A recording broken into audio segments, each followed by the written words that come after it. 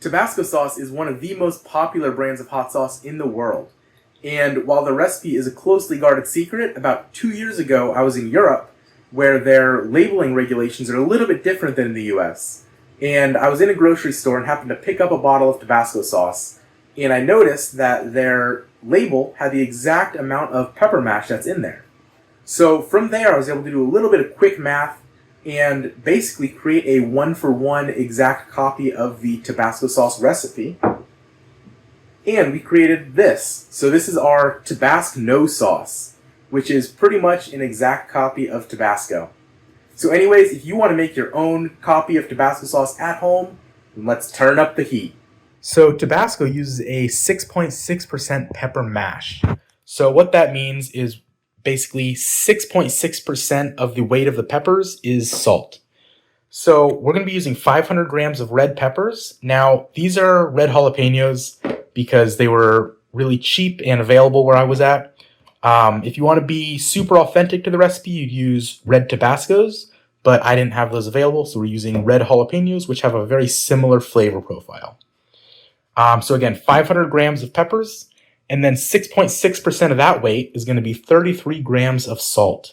Now make sure to use non-iodized salt because the stuff with iodine in it can slow down and possibly even stop your fermentation. Now we're also going to need vinegar, but that'll come into play after the fermentation's done, which is why I don't have it on the table here. And lastly, we need some sort of a container to ferment in. So I like to use these mason jars. This has what's called an easy fermenter top. I don't know. There's a bunch of different ways you can ferment. I found these are pretty easy to use and they don't take up a ton of space. But you could also use like the ferment with like the airlock on top, like with the liquid inside. Or I know some people do like vacuum fermenting too. But anyways, any sort of vessel that you can ferment in.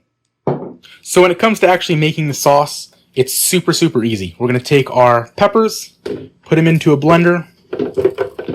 I like to cut up all my peppers ahead of time because every once in a while I find a pepper that looks good on the outside, but it's actually moldy on the inside. So I like to cut them all in half just so I can make sure my peppers look good.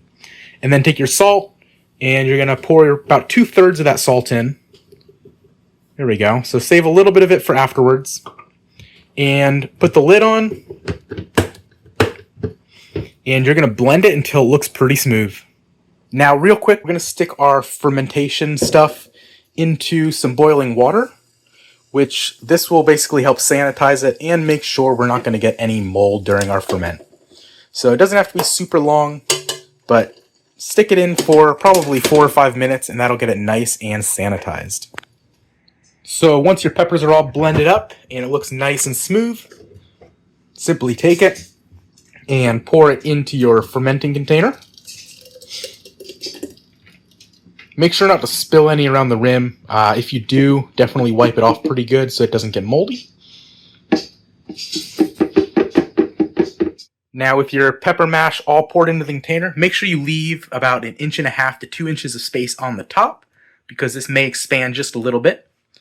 You're going to take that leftover salt and sprinkle it around the top, and this is what is known as creating a salt cap.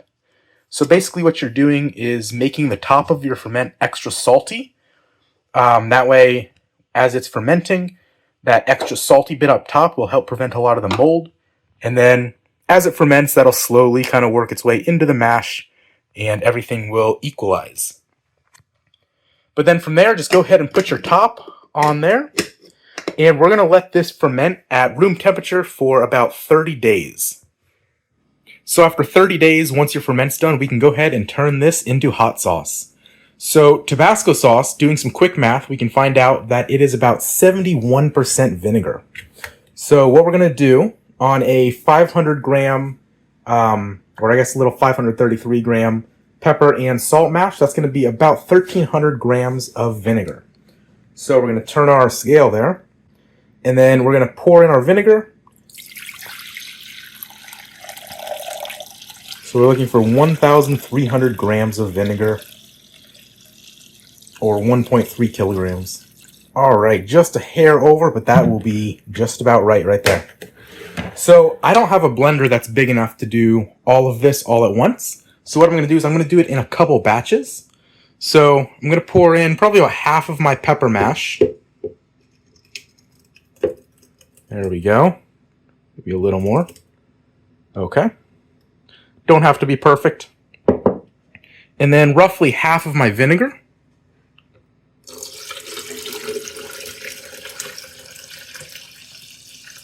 There we go. And then I'm going to blend that up for a little bit until it is nice and smooth. And then I'm going to do the same thing with the rest of it. And then once this is blended, we're going to go ahead and add it into a pot that we're going to have on the stove to pasteurize it. So go ahead and blend everything together, and I will be right back. So now that everything is all blended together, we're going to go ahead and pasteurize this. So put it in a big pot on the stove, and we're going to turn it on. And basically what we're going to do is we're going to simmer this for about 15 to 20 minutes, and this will stop the ferment, and it'll also prevent any other harmful bacteria or mold or anything bad from growing in it, and it'll make it nice and shelf stable in a bottle. So again, once this starts simmering, leave it for another about 15 to 20 minutes. You can go ahead and stir it occasionally too, make sure everything's all mixed together, and then we're going to go bottle it. So you'll have to be very careful not to do what I did and let it overboil onto the stove, because then it feels like you pepper sprayed your whole house. So just bring it to a simmer. You don't need to bring it to a boil, just a simmer, and let that go. So anyways, after we simmer our sauce, we're going to go over here to our bottles and we're going to bottle it. So now that it's all bottled up, the only thing left is to give it a taste test. So first we're going to try the regular original Tabasco sauce.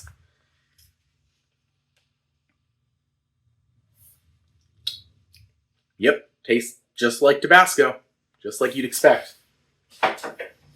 Now our Tabasco sauce. Let's give that one a try. Yeah, tastes almost identical. If I were to use Tabasco peppers, I'm sure it would be exactly the same. Now, if you want to get super, super, super accurate, you could do your ferment inside of an oak barrel and let it go for like 4 years like Tabasco does. But this is going to be 99% close to the original recipe, and this should be almost exactly like Tabasco as far as anyone's concerned. So anyways, thank you guys all so much for watching. If you like this video, definitely check out the other videos on my channel and maybe hit that subscribe button. I'll see you next time.